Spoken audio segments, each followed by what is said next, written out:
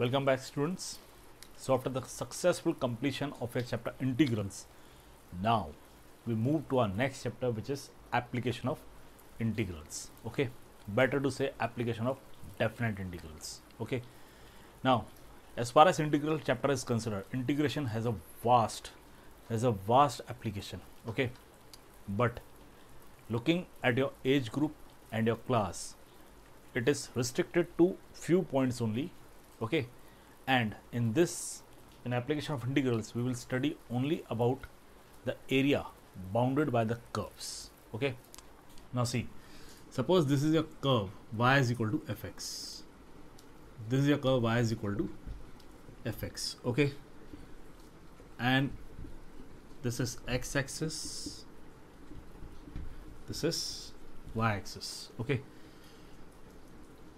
this point is suppose a0 point on x-axis, this point is suppose b0 point on x-axis.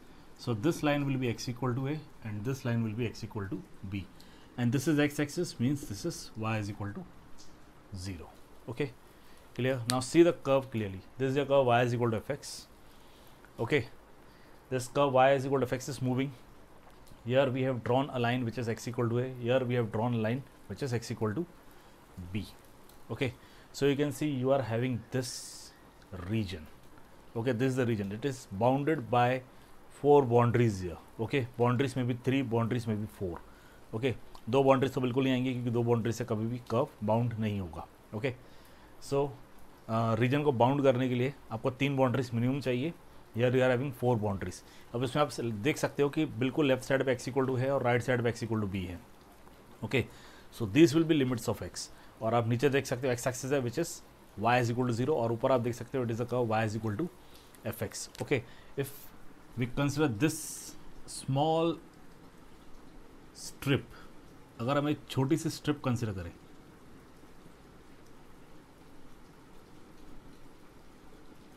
ये एक छोटी सी strip है, छोटी सी strip, और स्ट्रिप क्या कर रही है? It moves from left to right. It moves from left to right, then it will cover the area bounded by this. It will cover the area bounded by these. Means in curve से जो area bound हो रही है वो. Okay, strip move कर रही है. Strip move कर रही है मतलब ये स्ट्रिप कितनी पतली है, इसे आपको अगर समझना है तो आप QR कोड्स तो देखते होंगे. आजकल तो हर मोबाइल में QR कोड स्कैनिंग होता है. ठीक है, तो QR कोड का स्कैनिंग कैसे होता है? उसमें एक पतली सी स्ट्रिप रहती है जो ऐसे ऐसे घूमती है. ठीक है, QR कोड को स्कैन करने के लिए. ठीक है, बिल्कुल वैसे एक पतली स्ट्रिप है ये जो ऐसे घूम रही है. Okay, it is moving in this direction. It is a strip parallel to y axis. ठीक है, और ऐसे घूम रही है. तो ये स्ट्रिप जब घूमेगी ना तो उस पूरी एरिया को कवर करती है. जैसे QR कोड में स्ट्रिप घूमती है और उस पूरे स्क्वायर को कवर करती है, या फिर जो बार कोड रहता है उसको कवर करने के लिए एक छोटी सी स्ट्रिप रहती है. ठीक है, दिस इज लाइक दिस. अब ऐसे केस में जब आप वर्टिकल स्ट्रिप लोगे, means you are integrating with respect to x. Moreover, जब भी आप एक्स से इंटीग्रेट करोगे, मोस्टली ये होता है कि उसका लोअर लिमिट हमेशा एक्स एक्सिस रहता है.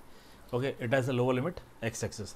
अब इस केस में ये जो रीजन है, अगर आप इसका एरिया फाइंड करना चाहते हैं, then the area of this region will be integral from x equal to a to x equal to b. Okay, integral from x equal to a to x equal to b area y dx means integral from a to b fx dx. okay, integral from a to b fx dx. one more thing, आप यहाँ पे देख सकते हैं ये जो curve y is equal to fx, मतलब ये जो पूरा रीजन बाउंडेड है, इससे आप देख सकते हो ये पूरा रीजन जो बाउंडेड है वो फर्स्ट क्वाड्रेंट में है. Okay, it is in the first quadrant. First quadrant में y पॉजिटिव रहता है. ठीक है, अगर ये सेकंड क्वाड्रेंट में आ जाए तो भी कोई प्रॉब्लम नहीं है. इन दैट केस ऑल्सो आपका आंसर जो है ये पॉजिटिव आएगा. लेकिन अगर ये थर्ड या फोर्थ क्वाड्रेंट में चले जाए, ठीक है, तो थर्ड या फोर्थ क्वाड्रेंट में y नेगेटिव हो जाता है. ठीक है, तो इस केस में आपका आंसर नेगेटिव आएगा. तो आपको क्या करना है, इसको मॉड दे दीजिएगा. फाइनल आंसर आने के बाद मॉडुलस देके आप इसे पॉजिटिव कर सकते हो, because area is always positive. Okay, area is always positive.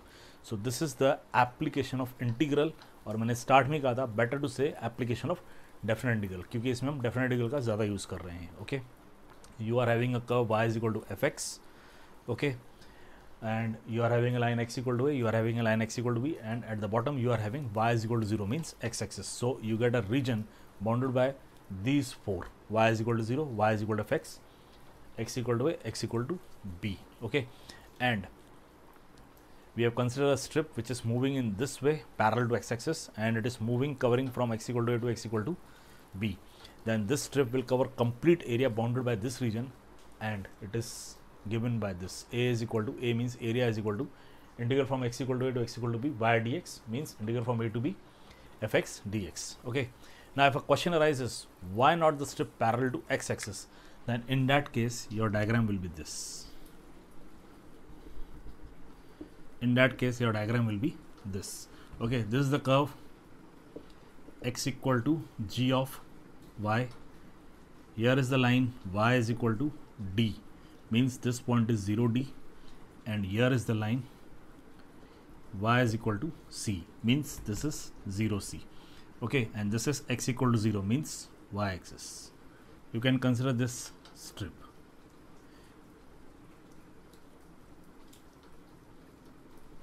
This is a strip, this is a strip parallel to x axis. It will move from down to up, down to up. Okay, जब वो नीचे आएगी तब y is equal to c पे रहेगी, और जब ये स्ट्रिप ऊपर जाएगी तब y is equal to d पे जाएगी. Now here you can see the area is bounded by the region. The region is bounded by the curves. One curve is x equal to g of y, one is x equal to 0. Okay, x हमेशा left और right में ही रहेगा, इस बात को ध्यान रखिएगा, क्योंकि x एक्सिस हॉरिजॉन्टल रहती है. ठीक है, लेफ्ट x इक्वल टू 0 है और राइट में x equal to g of y है. Okay, means x as a function of y, और नीचे y is equal to c है, ऊपर y is equal to d है. Then in this case the area will be integral from y is equal to c to y is equal to d. Okay, and x dy.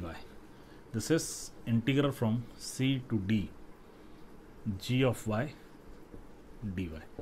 This will be the area bounded by this region. Okay, अब अगर इस reason की बात की जाए तो जब ये कर्व आपका यहाँ रहेगा फर्स्ट क्वाड्रेंट में, ठीक है, या फिर ये फोर्थ क्वाड्रेंट में जाएगा, वहाँ पे हमेशा इसका आंसर पॉजिटिव रहेगा. अगर आप लिमिट्स बराबर लोअर टू अपर जो ले रहे हो उसमें नीचे की लिमिट छोटी है और ऊपर की लिमिट बड़ी है तो. ठीक है, क्यों? क्योंकि फर्स्ट और फोर्थ क्वाड्रेंट में x पॉजिटिव है, और यही कर्व अगर सेकंड या थर्ड क्वाड्रेंट में आ जाए, ठीक है, तो वो नेगेटिव हो जाएगा. फिर आपको वहाँ पे मॉडुलस देके आंसर को पॉजिटिव करना पड़ेगा. ओके, एक और बात, जब आप वर्टिकल स्ट्रिप रहते हो तब अंडरस्टूड है कि नीचे का जो हमारा पार्ट है वो हमेशा एक्स एक्सिस पे ही जाएगा, मतलब y इज इक्वल टू 0 पे.